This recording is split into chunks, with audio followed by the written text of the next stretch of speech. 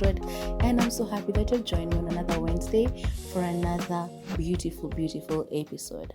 So before I start today's episode, so I've been checking. So, for the past 3 months, I had written down like the movies to watch and the title for the Saturday episodes, but then so that ended because it's like a full page on my notebook, and now I had to write another one for the next 3 months.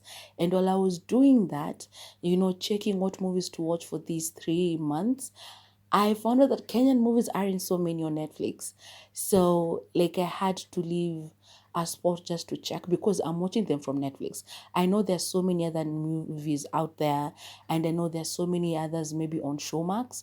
But since I can only pay for or at least afford Netflix, I have to check the movies on Netflix. So, I don't know. I've chosen a few for these coming 3 months. I hope by the time those 3 months are up, I would have found a way to find more Kenyan movies on Netflix, or maybe be able to pay for Showmax. I don't know. But yeah, like it's been hard because I was choosing the titles and I'm like, okay. This one I've never heard of, but I'm like, it's a Kenyan movie I'll have to watch. I even have to watch like a movie I didn't want to, but when the time comes, I'll watch it and I'll just have to give a review of it, even though I don't like one of the actors on it. But yeah, so it's been hard. I don't know. Like Kenya, we aren't, our in the film industry has not yet started making good enough money to be producing a couple of movies a year. Like you see what film production are doing, like they can only produce one movie per year. I wish for a day or a time rather where they could be producing like a couple of movies in a year. They will have the budget to do that because that will be amazing. But anyway, in the meantime, we're going to support whatever we get, and we're going to be happy about it, and we're going to, clap for them and wish them luck and everything, so that at least we can have more Kenyan movies on there. Okay? So, on today's episode, I want to give a review of a Nigerian movie called Before Valentine's. Before Valentine's is a 2022 Nigerian movie. It's sold as a romantic movie, yeah, but it had more drama than it had, like romance. Directed by Michelle Bello and written by Lani Aisida, Temitope Bolade, and Diche Enunwa. The cast members include Uche Montana, she plays Sugar; Bolaji Ogunmola, she plays Chika; Meg Tanua plays Tamara; Ben Lugo Tutu, he plays Philo; Eric Taylor, he plays Wole; Beverly O, she plays Tommy; Ngozi Nusu, she plays Grace; Yvonne Jegede plays Ola; Inem King plays Vero; Sean Fakwa plays Max; Clinton Chikube plays Jason; Venita Akpofure plays Amma; Baj Adebule plays Robert, amongst other cast members. If you love spoilers like me, go on watching this or listening to this. But if you do not like spoilers, please go to Netflix, watch the movie, then come back and listen to this video or watch this video and tell me if you agree with me, because this is the official spoiler alert. Okay? Before Valentine's follows these four Salonists, that is Sugar, Tamara, Chika, and Philo. Philo is a guy. So the others are ladies, but Philo is a guy. So all of these events happened before Valentine's. I won't lie to you, my mind switched off from the movie at some point. Not because it was like totally boring, because if you love drama, yeah, you could have loved it. I guess my mind was just in a bad place. I don't know. I tried watching it, I tried concentrating, but I guess at some point I just switched to Instagram, because I don't know. My mind just, I couldn't. Maybe it was the drama after drama, or maybe it was just like, I don't know. I can't really explain, but it's a pretty decent movie. Has a lot of drama. If you love those talks that people have in salons, like, yeah, there's a lot of that here, because every one of these characters had their own issues. So I'll go character by character. So Sugar is like, she comes into work late because that's her personality. Like, everybody knows that she likes coming to work late. Like, one of the customers who came to have her hair made, she came in with a friend, and that she didn't want anybody else to take care of her hair other than Sugar, so she had to sit and wait. Another customer walked in, and she as well was like, I want Sugar, and then she left. So Sugar, everybody waiting on her, she finally arrives, because actually the first scene is of her coming from this house, listening to, I think it was a radio or something, and she was enjoying herself and everything. So Sugar is the type of person who I think she just loves material things and stuff, and she wants to get a man with money. Her mom in the village is raising her son, like Sugar's son, and the people she works with do not know this side of her. So she's there, and um, everybody just assumes that she has like money or something. I don't know, because she said that her mom was coming in from London on a plane, but she was coming in from, I think, the village to where they were. Funny thing, I'm not sure if they were in Lagos or where they were. I don't think my mind clicked on them saying where they were, honestly. But yeah, so the mom and the son were coming into town to visit her. And so she was telling her workmates that they're coming on a plane, and it was all a lie. It was Chika's birthday. So Tamara had brought something for Chika. And when Sugar arrived and had that, she was like, okay, so don't worry, I have a present for you. It's coming from London. My mom is coming, and my nephew. She was referring to the son as the nephew at this point. So there's this guy who wants her. I think that's Max.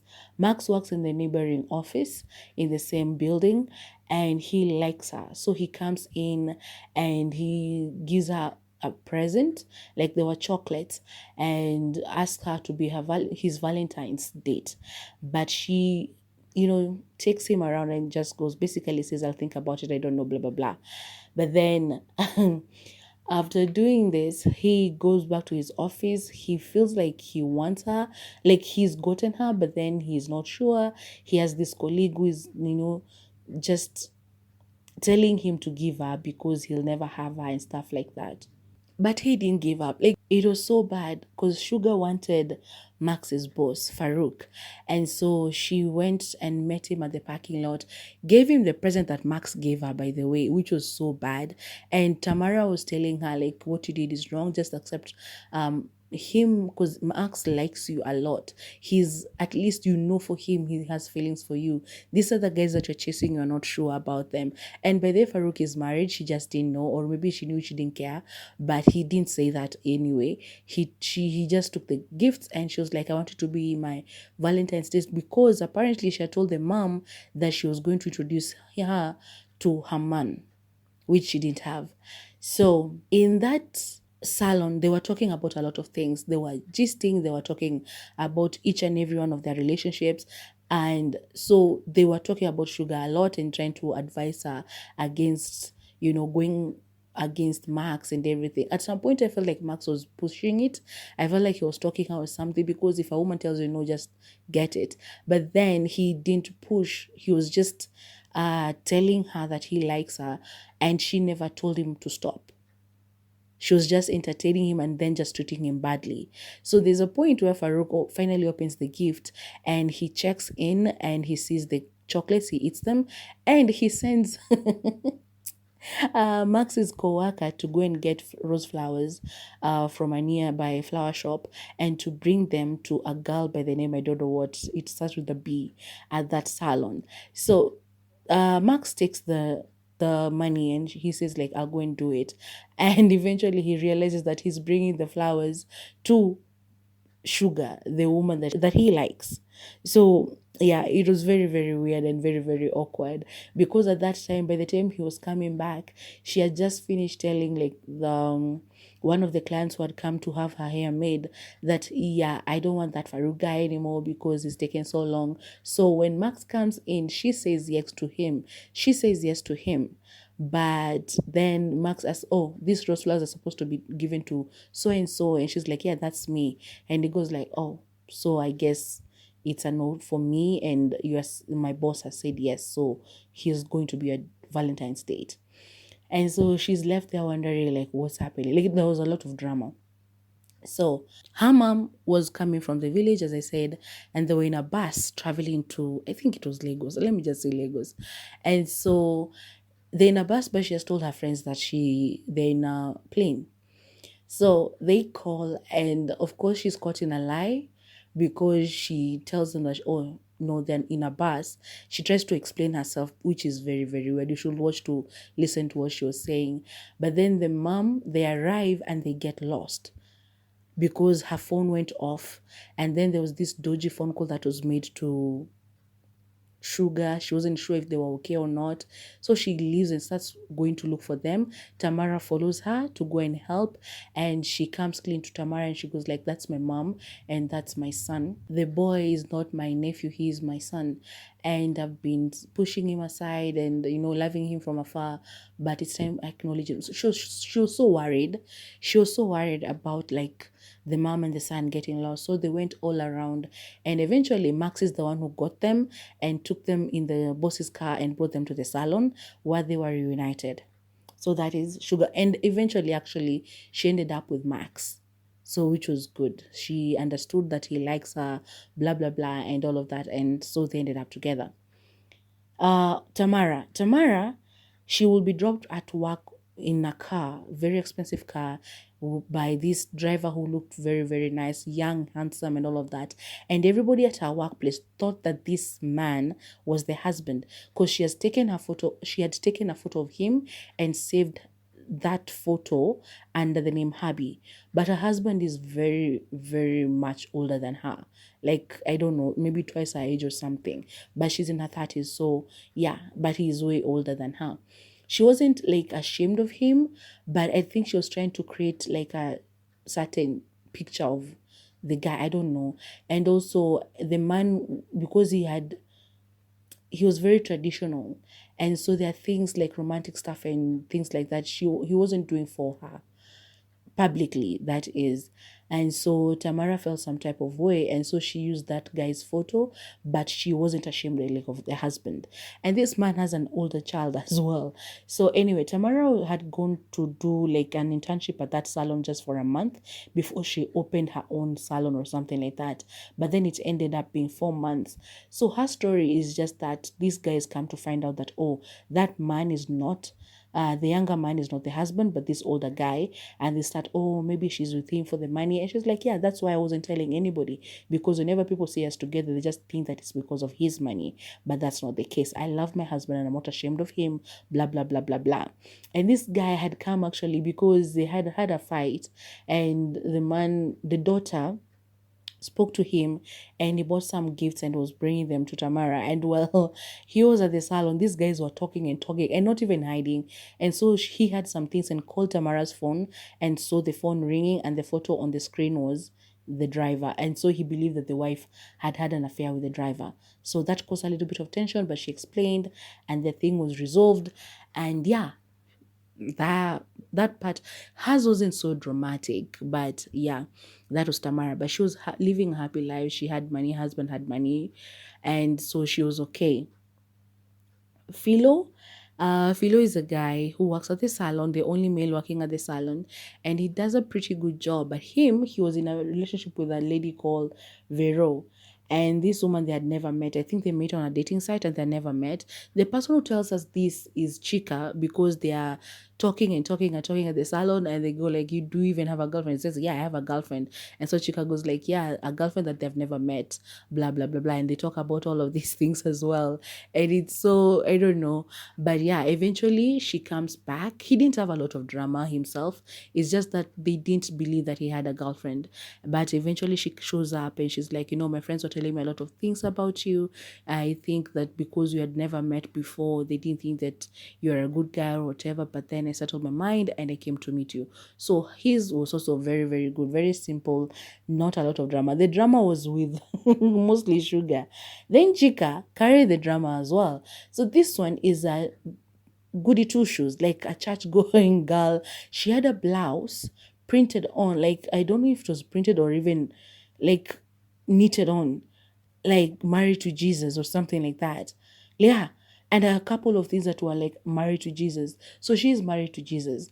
But she had a boyfriend that everybody knew. And they liked him for the most part. But then she also loved him actually. I think that was Noah, if I'm not mistaken. Yeah. But then She didn't like hearing people talking about, sex, talking about relations and being intimate and all of that. She was like, God forbid, God's you, all the time. Like, she was so, I even looked at her, I was like, what? Yeah, it's okay to be saved and everything, but there's some things that are just life. You don't have to cast them out or whatever because they are things that I don't like. Being intimate with somebody, you can talk about that as a Christian or whatever. I don't know. But she was like, no, that's wrong, blah, blah, blah. And Sugar kept, Sugar kept just like putting her down for it and stuff like that. But anyway, the drama came when the boyfriend serenaded her using this guy who was singing, and he came in and he proposed to her. She says no, and she goes out crying and is like, why did you say no, blah blah blah. And she's like, I just can't. He leaves, but he doesn't really, he just walked away. We thought he had left, but he didn't.